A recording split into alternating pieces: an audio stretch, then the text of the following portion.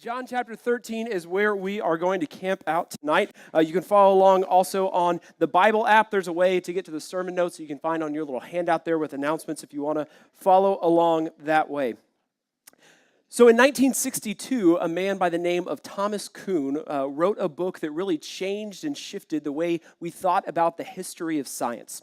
It's called I'm going to get this right, The Structure of Scientific Revolutions. Has anyone read this book, The Structure of Scientific Revolutions? All right, Neil Scoggin is the only one. Neil, keep your hand up. Neil, you have now become our resident nerd. So congratulations. Can we give a hand for Neil? The one person who has read this archaic book. Who's read Harry Potter? Let's do that. That's good. Okay, good. So we know how to read. That's good. So in The Structure of Scientific Revolutions, what Thomas Kuhn argued was that he looked back all at the history of science, two subjects combined into one, like when they introduced letters into math, right? He looks back at the history of science. And he says for so long, people have thought about science and the history of science in a very linear fashion. He says that we have facts and theories. And then we see some things that maybe don't fit into those facts and theories, but we adjust and we adapt, and then we add more facts and theories to what we already knew. And then it goes more, we add more facts, we add more facts, we add more facts. And so our knowledge and human intelligence expands and expands as we discover new facts and new theories. He said this is what's called normal science. And it's all about the accumulation of knowledge for something that we've already known. But what Kuhn does is he looks back and he sees that throughout history, there's some times that don't really fit into this model of normal science. He says, really, if you look back, there's abnormalities, there's anomalies that occur that don't really fit into our understanding of scientific knowledge. And so he looks back and he identifies different periods in the history of thought where everything changes, where everything we thought we knew, we throw by the wayside because we've discovered something new. He calls these paradigm shifts. So one of those things that he talks about, one of those paradigm shifts, those earth-shattering observations that was made, happened back in the Copernican Revolution. So what happened to the Copernican Revolution is that for most of human history, scientists and astronomers thought that the earth was at the center of the universe. Right, that all of the planets and all of the stars and the sun and the moon, everything revolved around the earth. And so they drew maps and they drew theories and they had facts that all were based on this heliocentric or this geocentric model of the universe. Then Copernicus comes along in the 16th century and says, this isn't true at all. The reality is that the sun is at the center of our solar system and we're moving around that. So what Kuhn will say is that this new knowledge, piece of changes everything. That you can't add this model, the Copernican model, to the geocentric model. You following me here? This is your history lesson, your science lesson for the day, for the week for a lot of you. You can't say that both the sun and the earth are at the center of the universe. I'm not a scientist, but I understand that much. And so what Kuhn says is that the Copernican revolution was an entire paradigm shift. That we had to throw out all of our theories, all of our understandings about the earth being the center of the universe because he said it's not. I tell you that because I fully believe that what happened on that very first Maundy Holy Thursday was a paradigm shift. I know for many of us, myself included, Thursday and Maundy Thursday of Holy Week really may just seem like a step on our road to Good Friday and then to Easter morning. It's one of those things that we go to because we know we're supposed to, but it's not really too big. It's just we gather around the table, we read some scriptures, and then we get ready for Good Friday. And as a pastor who leads a worshiping community that meets on Thursday nights, I take personal offense when Thursday's overlooked. So tonight, I want to show you that what's happening at that first Holy Thursday is a paradigm shift, that Jesus is changing everything the way we think about ourselves around us. Zach? You could hear me better if I wasn't cutting out. So two things happen on Maundy Thursday that are all in the context of the Last Supper. So the first thing that happened is that Jesus bows down and he washes the feet of his disciples. The second thing that happened is that he institutes the Lord's Supper. For the very first time, he breaks bread He gives it to his disciples and he says, take, eat, this is my body, this is my blood that is shed for you. Those two things happen. And what I want to show you is that what Jesus is doing here is not just stories we tell once a year, not just common stance, but it's an entire paradigm shift. Jesus is changing the way we think about the world. John chapter 13, I'll read verse 1, and then verse 1 excites me so much that we're going to talk about it some. Hope that's okay. Verse 1 of John chapter 13. It says, now before the feast of the Passover, when Jesus knew that his hour had come to depart out of this world to the Father, having loved his own who were in the world, he loved them until the very end. I love that John puts this right at the front end of what Jesus is about to do. Because Jesus knows what he's about to encounter in the next 72 hours. He knows that his friends are going to betray him. He knows that one of his disciples is going to turn him into the authorities that will later lead to him being killed. He's going to be mocked. He's going to be scorned. He's going to be beaten. He's going to be nailed to a tree. And yet John still tells us that Jesus loves his people. That's powerful because you may be here tonight and you may not feel worthy of Christ's love. You may be so far from him, you may have never met him before, but what's happening here is that John is reminding us that Jesus loves us even until the very end, and there's not a thing that we can do about it. Jesus' love is a lot like pollen this time of year. You can tell from my voice, I've been feeling the love for the past week or so. Right? Because I think, finally the rain's going to come last night. And I'm going to wake up feeling great and clear if I take enough Zyrtec and emergency. And I was introduced to Flonase today. I thought that would be the miracle cure. It's not. It's very nice. Not the miracle cure. It won't go away. No matter how hard I try to beat it into submission, I pray it away. It won't go away. Jesus' love for you will not go away. Verse 2. Told you that's an exciting verse, y'all. During supper, when the devil had already put it into the heart of Judas Iscariot, Simon's son, to betray him, he's reminding us who's at the table. Jesus, knowing that the Father had given him all things into his hands, and that he had come from God and was going back to God, rose up from supper. And he laid aside his outer garments, and he took a towel, and he tied it around his waist. And then he poured water into a basin and began to wash his disciples' feet. And he wiped them with a towel that was wrapped around him. He came to Simon Peter, sweet Simon Peter, who said to him, Lord, do you wash my feet? He's saying, are you serious right now? Jesus answered him, what I am doing you do not understand now, but afterward you will understand. So I love that Peter's the one who pipes up, and he just really doesn't get it. The Gospels and you do kind of a study of Simon Peter's life, he doesn't really get it a lot of the times. He's the guy who laughs about 10 minutes after the joke is told because it registers in his mind. He's not getting what Jesus is doing here, and he's so surprised by this act that he can't believe it's true. And on the one hand, this makes a lot of sense. Because Peter knows that during this time, it was common to have your feet washed before a meal. So during these times, the tables were not high like we sit at now, but people would sit on the floor and they would eat very low. And so it was very customary that when you would enter into a house of a guest who was having you over for dinner, they would have the servant, they would have somebody lowly to wash your feet. Because remember, this was a time before SUVs and before bicycles, and most people would walk around and they would wear sandals instead of nice sneakers. And so their feet were dirty. No paved roads, open sewage lines, jagged rocks. Their feet would get dirty. And so it was customary that if you were going to be sitting down and eating your food, you wouldn't want to look down and see a nasty, dirty pinky toe next to your wine. So they would wash each other's feet. A servant, the lowliest person in the house, would go around and wash the feet of the guest. And can we talk for a moment about the disciples' feet? I don't know if you know somebody with exceptionally stinky feet. Please, no pointing. But I've kind of found that, especially if you get a room full of men, if you get a room full of 12 men, chances are at least has really bad feet.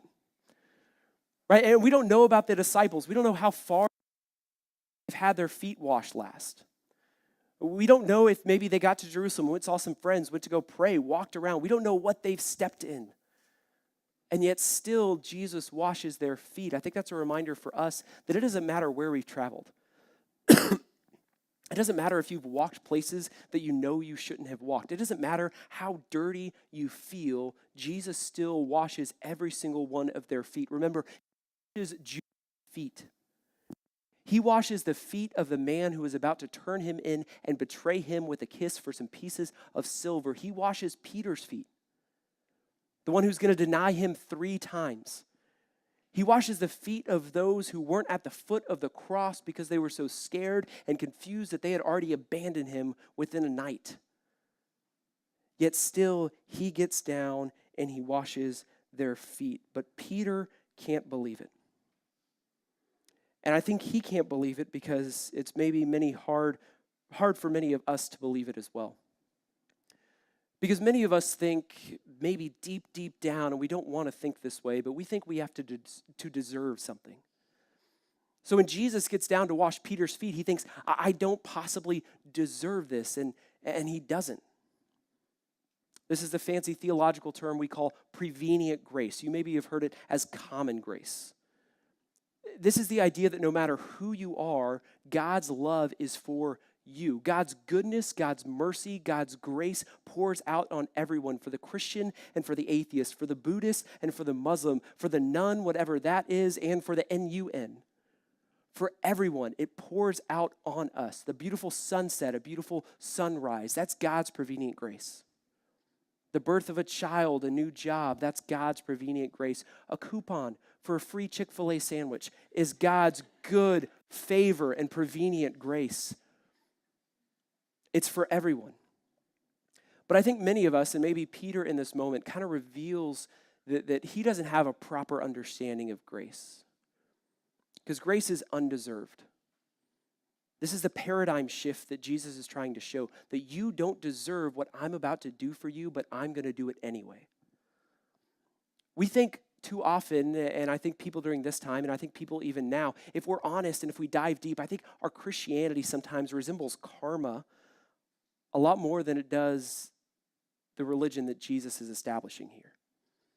All right, we think if we do enough good, then enough good will be done to us. We think that we have to earn something. If we put a 20 in the plate, then maybe we'll find a 20 on the sidewalk later on. If I help out my boss, then I may be up for that promotion next. If I help out with this person with this assignment, maybe they'll help me on the next one. We think that God has a tally sheet. That for every good thing that we do, he'll give us something good down the road. For every bad thing that we do, he etches out one of those good things that we did. This is coming to institute. That's not the religion that he is trying to show. What he is trying to show is grace. But far too many of us fall into the trap. We fall into this funk of thinking that we have to do something to earn it. This is why he's so surprised at Jesus trying to wash his feet. I hear this all the time, particularly at funerals, right? When somebody stands up and has to say something nice about Uncle Eddie, who they never really liked, but they have to eulogize him and make him seem like a good person. So I found that really they give 2 examples that I don't ever think really happen. Right, they say either Uncle Eddie, he was such a good guy, if he saw an old lady, he would help her out crossing the street. Right, you've heard this old lady crossing the street thing. The other thing they say, you've heard this one, I'm sure, he would give you what? The shirt off his back. These are our examples of what it means to be a good person. Have we ever thought about those?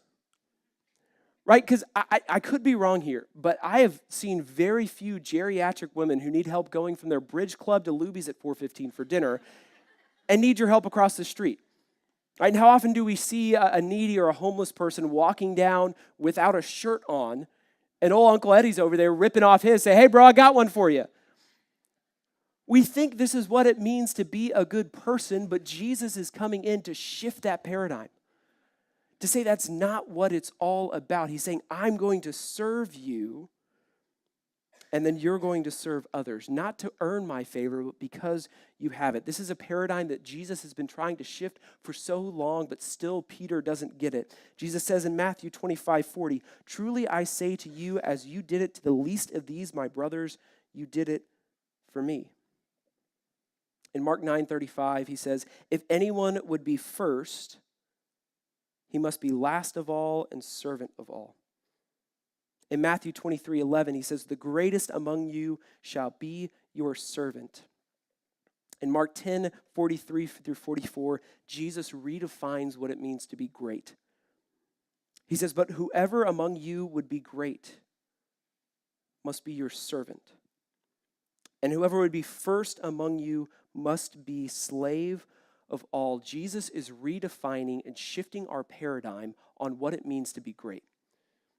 Because when I say great, we all conjure up images of someone who has climbed to the top of their field. Right? We think about the people who your bosses or a professor who is the smartest guy in the room. We think that's what greatness is. We can think about names that we all know. You can think LeBron James or Warren Buffett or Garth Brooks, Lil Nas X, right? This side of the room only, folks. These are the great people. Right? You may be good at pickup basketball. You may be able to go drain like 3 or 4 threes in a row, but you won't beat LeBron James. You may think your 401k has done pretty well and you've made smart investment decisions, but you'll never be as good of an investor as Warren Buffett. You may be good enough to sing in the Christ UMC choir. I don't think we turn anybody away.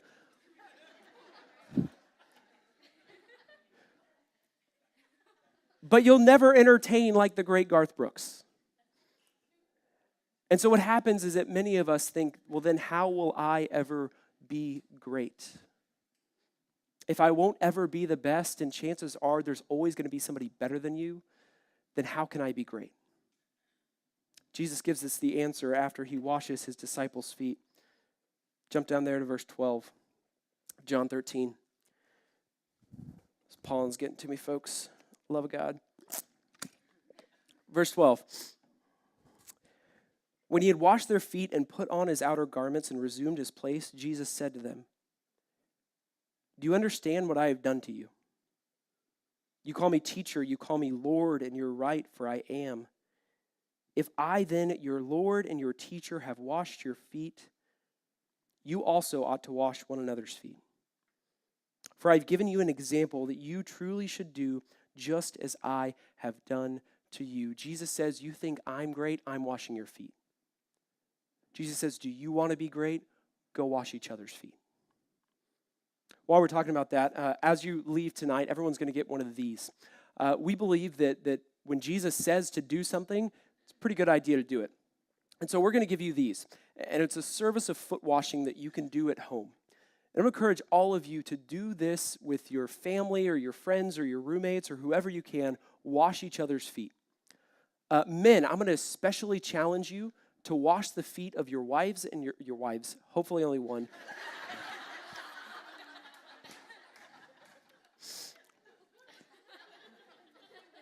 Men, I'm going to encourage you to wash the feet of your wife and your children as a way of saying, I'm going to serve you.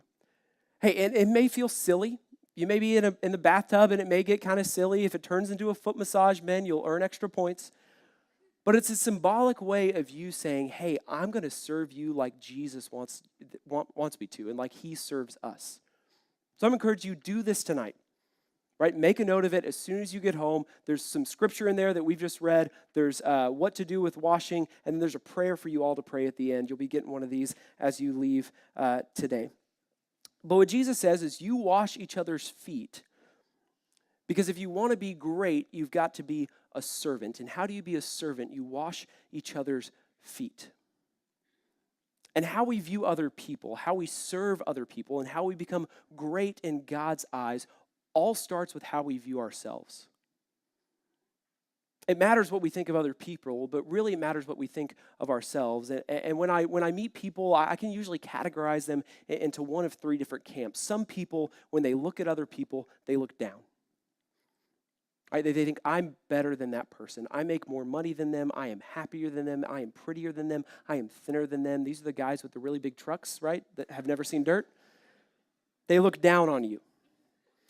Right? Then there's the people who look up, who think, I'm never going to measure up, who think, I am never going to have the money that they have. I'm never going to have the life that they have. I'm never going to buy the clothes that they can buy. And so they have an inferiority complex. When they look at other people, they look up. But I think most of us fall somewhere in between there, Right? There's sometimes when we finish a project or we do great at work or we do a great job with our kids, we think, man, I am really, really awesome. And then in the blink of the eye, we're right on the other side. And we think, man, I am just a complete wreck. And so what happens is that we're right there in the middle, and it becomes hard for us to serve other people because we don't have a proper understanding of ourselves. What happens is that we allow comparison to steal our joy and allows us to not serve other people because we're only concerned with greatness in the world's eyes instead of greatness in God's eyes. Jesus is shifting that paradigm. He's saying it doesn't matter what you think you match up to other people. What matters is who I say you are. Jesus says, you are a beloved servant, so go and act like it. So listen, if we're naturally going to look at other people to think of who we are, what would it look like for us to not think, how do I measure up to that person? But instead, how can I serve that person? How can I live a lifestyle of service? How can I shift my paradigm? Think, how can I be better than that person? But how can I make their life easier? How can I help my wife? How can I help my children? How can I help my boss? How can I help those people around me who need help so much? And I tell you, that's not just great in God's eyes, but that becomes great in the world's eyes as well. When we humble ourselves to serve other people, our fellow man, the world starts to notice. If you meet a celebrity, what's the highest praise you can give that person after you meet them? You say, man, they were so down to earth. They shook my hand. They remembered my name. They asked about my story. They took pictures with me. They took time out of their schedule to care about me. These are the type of people that we want to be around. We want to admire. We want to work for them. We want them to work for us. We want to marry these types of people. We want our kids to grow up and be these types of people that will set aside their own agenda to listen, to care, to love, and to serve. And this is who Jesus is calling us all to be. Doesn't matter how big or high or mighty or lowly you are, we're all called to be servants. I got a glimpse of that week. A lot of you know, if not all of you know, that our church is participating our very first ever God-sized project. So this started all the way back in December on Christmas Eve when we raised $30,000 to build a home for a woman in Bryan. And Steve Godby, our missions director, came to us and said, you know what, we're not just going to build and fund this home for her, but we're going to do it in a week. And so he had met Miss Maggie over in Bryan a few months back while he was next door working on a man named Mr. Ricky. Mr. Ricky had some home repairs that were needed to be done, so they helped out over there. Miss Maggie came over and said, hey, what are you doing here? How do I get involved in this? And Steve said, well, what do you need? And so he went over and he saw Miss Maggie's house and kind of said, I'd love to repair this, but it's beyond repair.